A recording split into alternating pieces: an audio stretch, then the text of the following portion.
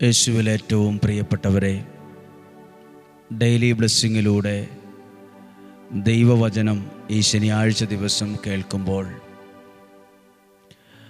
ദൈവത്തിൻ്റെ സ്നേഹവും കരുതലും അനുഭവിക്കാൻ ഇന്ന് ഇടയാകട്ടെ എന്ന് പ്രാർത്ഥിക്കുവാണ്. കർത്താവേ, അങ്ങയുടെ വചനത്തിനായി ഒരുങ്ങിയിരിക്കുന്ന ദാഹത്തോടെ, പ്രതീക്ഷയോടെ, എന്നാൽ പല പ്രതിസന്ധികളിലൂടെ കടന്നു പോകുന്നവർ, മനസ്സു വിഷമിച്ചിരിക്കുന്നവർ, വേദനിക്കുന്നവർ, സങ്കടപ്പെട്ടിരിക്കുന്നവർ, ഇത്രയൊക്കെ പ്രാർത്ഥിച്ചിട്ടും ഇത്രയൊക്കെ വചനം കേട്ടിട്ടും എൻ്റെ കാര്യത്തിൽ ഒരു ഉത്തരവും ഉണ്ടായില്ലല്ലോ, ഒരു മറുപടി ലഭിച്ചില്ലല്ലോ, ഒരു ദൈവീക ഇടപെടലും ഉണ്ടായില്ലല്ലോ എന്നൊക്കെ ചെറിയ പരിഭവവും പരാതിയും ഒക്കെയുള്ള മനസ്സോടെ ഒരുപക്ഷെ ദൈവവചനത്തിൻ്റെ മുമ്പിൽ ഇരിക്കുന്നവരുണ്ടാവും. നിങ്ങൾ പ്രാർത്ഥിക്കുമ്പോൾ നിങ്ങളുടെ ജീവിതത്തിൽ ഇന്നല്ലെങ്കിൽ നാളെ ഒരു ദൈവീക ഇടപെടൽ ഉണ്ടാകാതിരിക്കില്ല. ഇന്ന് നിങ്ങൾക്ക് വേണ്ടി പ്രത്യേകം പ്രാർത്ഥിക്കുന്നു. ദൈവകരങ്ങളിൽ നിങ്ങളെ ഏൽപ്പിച്ചു തരുന്നു. ദൈവത്തിൻ്റെ സംരക്ഷണയിൽ നിങ്ങളെ ഏൽപ്പിച്ചു തരുന്നു. ദൈവം നിങ്ങളെ ഇന്ന് അനുഗ്രഹിക്കട്ടെ.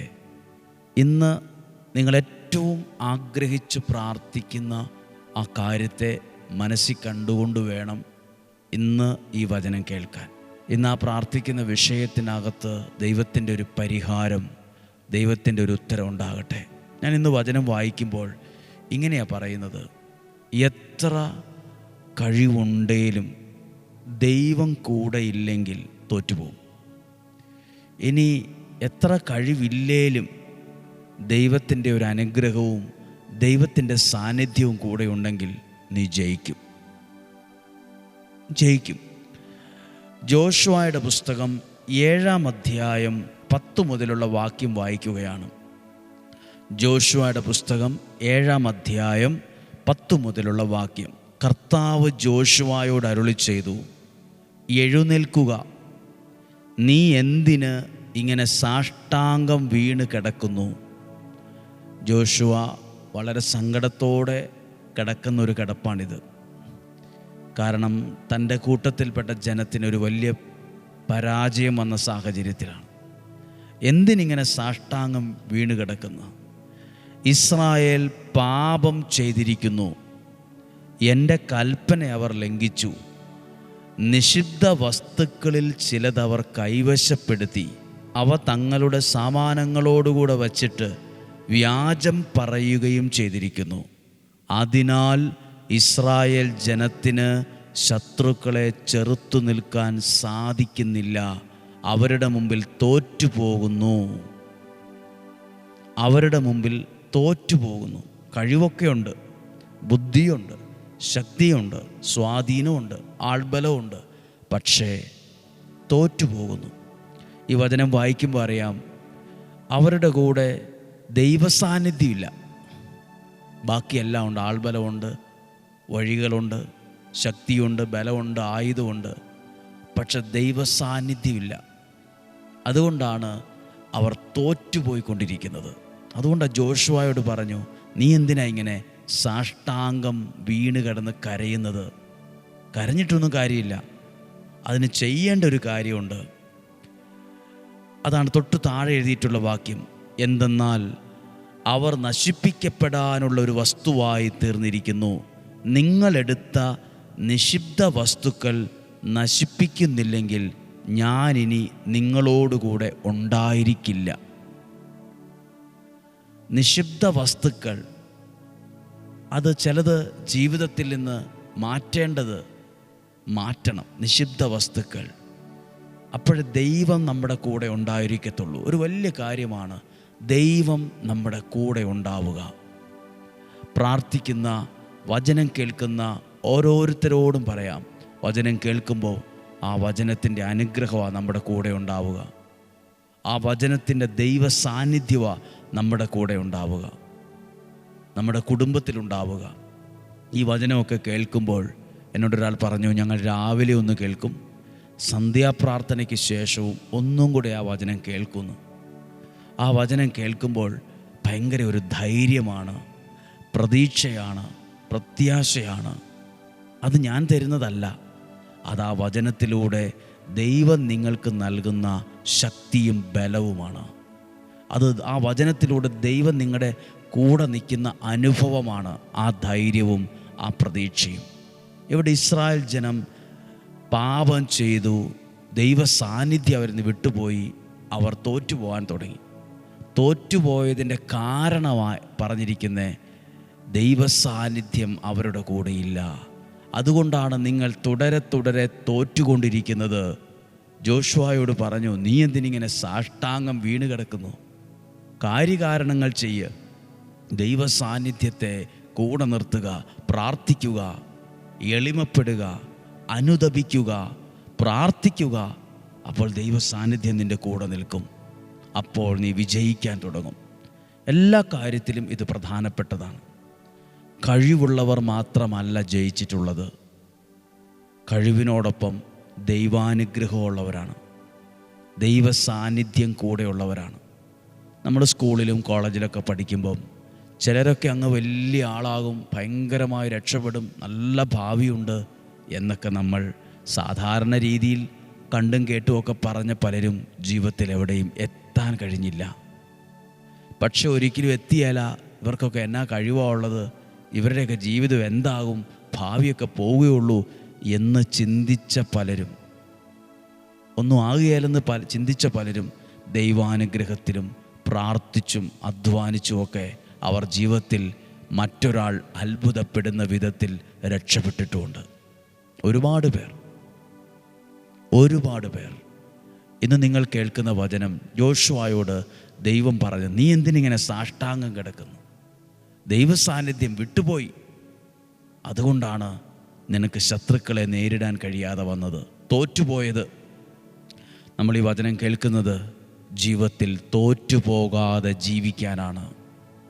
ജീവിതത്തിൽ തോറ്റുപോകുന്നതൊരു വിഷമമാണ്. ജീവിതത്തിലായാലും പരീക്ഷയിലായാലും ജീവിതത്തിലൊന്നും തോറ്റുപോകാനിടയാകരുത്. തോൽക്കാതെ മുന്നോട്ട് പോകണം. മറ്റുള്ളവരുടെ മുമ്പിൽ തോറ്റു നിൽക്കുന്നതൊരു വലിയ വിഷമമാണ്. തോൽക്കരുത്. ജീവിതത്തിൽ തോൽക്കാതിരിക്കാൻ ദൈവാനുഗ്രഹം ആവശ്യമാണ്, ദൈവ സാന്നിധ്യം കൂടെ ആവശ്യമാണ്. എല്ലാം ഉണ്ടെന്ന് പറഞ്ഞിട്ട് കാര്യമില്ല. വിജയിക്കണമെങ്കിൽ ദൈവാനുഗ്രഹം വേണം. എന്തെല്ലാം ഉണ്ട്, ആരൊക്കെ ഉണ്ട്, എത്ര പൈസയുണ്ട്, ഭയങ്കര ബുദ്ധിയാണ്, ഭയങ്കര അഭിപ്രായമാണ്, ഇതൊന്നും കാര്യമില്ല. അതൊക്കെ കാര്യമുണ്ട് ഒരു പരിധി വരെ. അതിനപ്പുറത്തേക്ക് ജയിച്ച് സന്തോഷത്തോടെ മുന്നോട്ട് പോകണമെങ്കിൽ സർവശക്തൻ്റെ കടാക്ഷം, സർവശക്തൻ്റെ അനുഗ്രഹം വേണം. നിങ്ങൾ കുഞ്ഞുങ്ങളെ കൊണ്ടുള്ളവരൊക്കെ ഈ വചനം കേൾക്കുന്നവരുണ്ടെങ്കിൽ നിങ്ങളുടെ മക്കളെ ഇത് കേൾപ്പിക്കണം. കുറേ ബുദ്ധിയുണ്ട്, കഴിവുണ്ട്, ശക്തിയുണ്ട്, ഡാൻസ് കളിക്കും, പാട്ടുപാടും, ഇപ്പം നല്ല മാർക്കുണ്ട്, അത് മാത്രം പോരാ. ഒപ്പത്തിനൊപ്പം ദൈവാനുഗ്രഹവും മേടിച്ചെടുത്തോണം. ഒപ്പത്തിനൊപ്പം ദൈവ കടാക്ഷം മേടിച്ചെടുക്കണം. ദൈവ കുരുത്തം, ദൈവാനുഗ്രഹം വേണം. എങ്കിലേ അതിനപ്പുറത്തൊരു വിജയം ജീവിതത്തിലുള്ളൂ. പലരും ഒരുപാട് മിടുക്കരും മിടുക്കികളൊക്കെ ആയിരുന്നു. പക്ഷേ കുറച്ച് കാലം കഴിഞ്ഞപ്പോൾ അവരുടെ ജീവിതത്തിലേക്ക് വന്നത് മുഴുവൻ കണ്ണുനീരും സങ്കടവും തകർച്ചകളും പരാജയവുമാണ്, നിരാശയാണ്. അവർക്കൊന്നും ആകാൻ പറ്റിയെന്നില്ല എന്ന സങ്കടമാണ്. ഞങ്ങളെയൊക്കെ പുറകെ കിടക്കുന്നവർ വരെ ഞങ്ങളുടെ മുമ്പിലെത്തി, എനിക്ക് മാത്രം ഇങ്ങനെ വന്നു. സമയാസമയങ്ങളിൽ ദൈവാനുഗ്രഹം ഉണ്ടാകണം. സമയാസമയങ്ങളിൽ ദൈവാനുഗ്രഹം മേടിച്ചെടുത്തോണം. പ്രാർത്ഥിച്ചും ഉപവസിച്ചും വചനം കേട്ടും ദൈവസന്നിധിയിലിരുന്നും അത് മേടിക്കണം. എന്നാലേ വിജയിക്കാൻ പറ്റത്തുള്ളൂ. പലരും പറയും, ഞങ്ങൾ കൂടെ ഉണ്ട്, ധൈര്യമായിട്ടിരിക്കുക, നീ അങ്ങ് മുന്നോട്ട് പോക്കോ. അതൊക്കെ വെറും വാക്കുകൾ മാത്രമാണ്, ഒരു പരിധി വരെയുള്ളൂ. പക്ഷെ ദൈവസാന്നിധ്യം കൂടെയുള്ളത് അങ്ങനെയല്ല. അതൊരാൾ വിജയിക്കുന്നത് വരെ, രക്ഷപ്പെടുന്നത് വരെ, നന്മയുണ്ടാകുന്നത് വരെ ദൈവത്തിൻ്റെ സാന്നിധ്യം കൂടെ നിൽക്കും, കൈ പിടിച്ച് നടത്തും. പ്രാർത്ഥിക്കാൻ പോവുകയാണ്. ഇന്ന് നമ്മൾ കേട്ട വചനം, എത്ര കഴിവുണ്ടായാലും വിജയിക്കണമെന്നില്ല. എല്ലാ കഴിവുണ്ടായവരല്ല വിജയിച്ചത്.